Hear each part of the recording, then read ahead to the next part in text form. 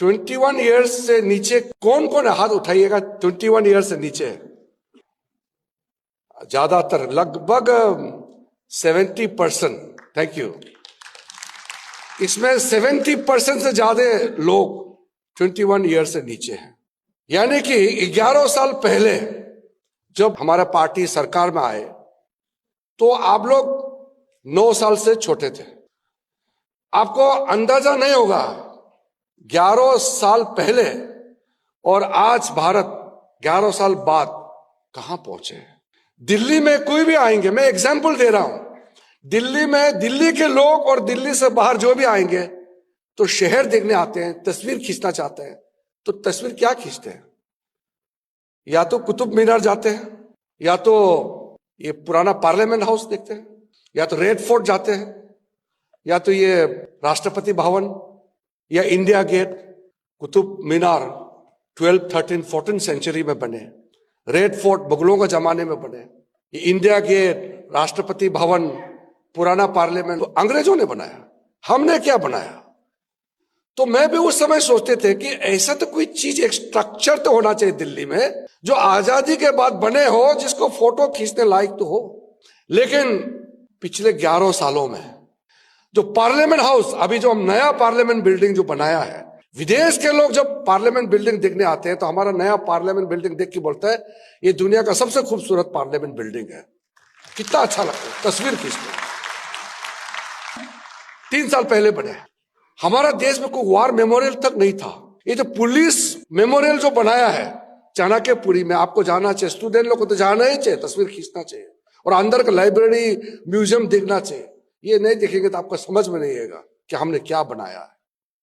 ये जो कर्तव्य पथ है, राजपथ, राजाओं का पथ बना कर रखा था अंग्रेजों ने, प्रधानमंत्री जी ने इस कर्तव्य पथ बना करके एक कोने में इंडिया गेट जो है उसके बगल में पहला हिंदुस्तान का वार मेमोरियल बनाया। वहां आपको जाना चाहिए। गौरव का गाथा, हमारा देश के जो सैनिकों ने कैसे बलिदान दिया, एक एक कहानी आपको पढ़ना चाहिए। नहीं तो राष्ट्रभक्त का वो ताकत आप में नहीं आएगा। टाइम निकल के जाना चाहिए। तो उसी प्रकार से जो जहां मैं अभी इस कार्यक्रम के बाद जा रहा हूं, Bharat Mandapam, one of the finest दुनिया का कन्वेंशन सेंटर बना है और यशोभूमि आपको जाके देखना चाहिए।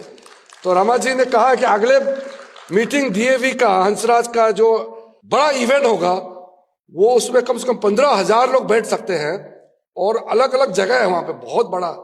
अगले कार्यक्रम भारत मंडपम में करेंगे, मैडम ने कहा है, प्रिंसिपल मैडम ने, बहुत खुशी के बात। ये सब जो बना है ये पिछले 11 साल में बना है।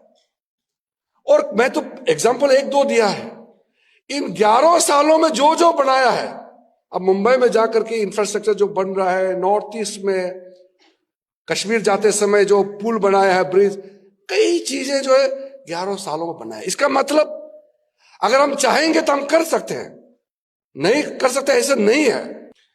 तो इसलिए मैं कह रहा हूं हमारे जो 60-65 वर्ष जो बर्बाद हो गए हैं, उस समय हमारा इकोनॉमी, भारत का जो इकोनॉमिक ग्रोथ है, मुश्किल से 2%, कभी कभी 3% ग्रोथ होता था। और आज पूरा दुनिया, क्यूमुलेटिव दुनिया का ग्रोथ 2-3% में है और आज इंडिया अकेला देश 7% से ऊपर से ग्रो कर रहा है। ये राजनीति का दाव पे, सोशल मीडिया का रील और टॉक्सिक दुनिया में नहीं रहना है, ये पॉजिटिव दुनिया में आप आइए। आज इंडिया किस तरीके से सीना तान के आगे बढ़ रहा है, नेतृत्व का इसमें बहुत बड़ा रोल होता है दिशा देने में, ये समझना होगा हमको। पिछले 11 सालों में इंडिया ने जो टेक ऑफ किया, मैं खुद एक ऑपोजिशन एमपी हो के मैं पार्लियामेंट में पूछते थे, दुनिया इतना स्पीड से आगे बढ़ रहा है, इंडिया इतना पीछे क्यों है, कब हम नंबर 1 इकोनॉमिक ग्रोथ रेट प्राप्त करेंगे। आज वो जो हम सवाल उठाते थे, आज हकीकत में हम महसूस कर रहे हैं जब आप बात कर रहे हैं। इस वक्त जब 2047 में 100 ईयर्स सेंटेनरी सेलिब्रेशन करेंगे इंडियन इंडिपेंडेंस का, तो इसमें ज्यादातर लोग, मैं भगवान से प्रार्थना करता हूं कि आप जीवित रहे, स्वस्थ रहे, आपके जीवन काल में ही भारत विकसित राष्ट्र बन जाएगा। कितना खुशी की बात है। अफसोस की बात यही है बस कि जो गुजर गए हैं दुनिया में नहीं है, जो शायद 2047 तक जीवित नहीं रहेंगे हमारे बीच, वो नहीं देख पाएंगे। लेकिन वो भी जो अभी जीवित है, वो भी तेज गति से जो बढ़ रहा है भारत, वो परिस्थिति वो समझ रहे हैं। मैं भी उम्मीद करता हूं कि मैं जीवित रहूंगा, क्योंकि मैं भी इतना बूढ़ा नहीं हुआ अभी। अंदर से यूथफुल रहना चाहिए हमेशा। जब तक आप जिएगा, जवानी का जोश, आप एनर्जी से भरा हुआ आपका लाइफ रहना चाहिए। आपको कहता हूं कि आप लोग किस्मत वाले हैं, खास करके जो अभी यूथ है। आपको जीवन काल में भारत जिस तेजी से आगे बढ़ रहा है, डेवलप्ड नेशन का आप सिटीजन बन जाएंगे। कितना खुश नसीब लोग हैं। हमारा देश में कई ऐसा कानून है जो सिटीजन्स को दबाने के लिए, यानी आम लोगों को जिंदगी में तकलीफ पहुंचाने के लिए कानून बनाया गया है। प्राइम मिनिस्टर का सोच था कि हर पुराना कानून, अंग्रेजों से मिला हुआ कानून को कंप्लीटली हटाना है, गुलामी का निशाना कंप्लीटली हटाना है। तो अभी पार्लियामेंट में एक और लॉ हम लोग ला रहे हैं, जन विश्वास बिल। लोगों को आराम से अपना जिंदगी जीने का मौका मिलना चाहिए। सरकार का काम है उसको मदद करना, बोझ बनना नहीं। इसलिए जितना कंप्लायंस बर्डन है, all the provisions which are unnecessary burden on the life of the common individual must be totally removed from the statute books. ये प्रधानमंत्री मोदी जी का मंत्र है। तो इसमें साथ साथ मैं आपको एक बात जोड़ना चाहता हूं। लोग सड़कों पे, गलियों में प्रोटेस्ट करते हैं, बोलते हैं वो आजादी है, आप अपना हक के लिए जो भी करना चाहे कर सकते हैं। लेकिन लोग कभी कभी ये भूल जाते हैं, आपका अधिकार से पहले, आपका जो हक है, आपका जो राइट्स है, उससे पहले आपका सर्टेन ड्यूटीज एंड रिस्पॉन्सिबिलिटीज है।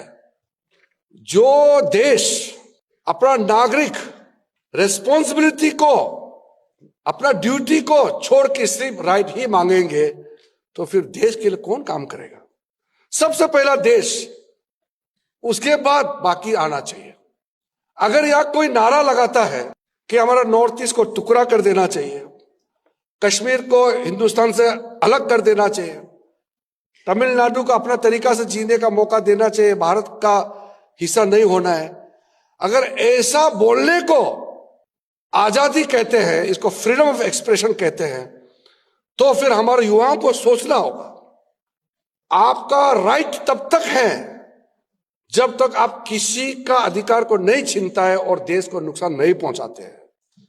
जहां नेशनल इंटरेस्ट आ गया, आपका राइट का कोई मायने नहीं रखता है। मुल्क रहेंगे तभी तो हम रहेंगे। जो मुल्क ताकतवर होते हैं उसको दुनिया सलाम करते हैं। अगर मुल्क कमजोर है तो आपका राष्ट्रपति को भी उठा के ले जाएंगे, देखते रह जाएंगे।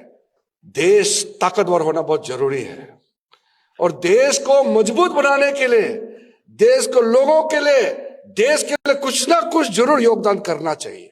मोदी जी के नेतृत्व में युवाओं के लिए जो दिशा तय किया है, उस जमाने में हमारे पास कितना एम्स थे, आज कितना एम्स बन गया, कितना आईआईटी थे, आज कितना आईआईटीज बन गया, कितना ट्रिपल आईटीज बन गया। हम लोग चिप्स सुनते थे, चिप्स बनाते, आज हमारा देश में ही चिप बनने लग गया। ये पिछले 2 साल 3 साल के अंदर में ये कार्यक्रम सब शुरू हुआ। जो हम सोच नहीं सकते थे वो हम बनाने लगा। चंद्रयान, चंद्रमा तक हमारे जो यान है वो पहुंचे। इस तरीके के जो एक के बाद एक अचीवमेंट जो इंडिया कर रहे हैं, ये सब बहुत शुभ संकेत है विकसित भारत का। आज का national youth day, Swami Vivekananda ji का जन्म दिवस पर आपको मैं अभिनंदन करता हूं, आप सबको शुभकामनाएं देना चाहता हूं। आपका जिंदगी में आप फले फूले आगे बढ़िए और देश को आगे ले जाए। बहुत बहुत धन्यवाद। जय हिंद।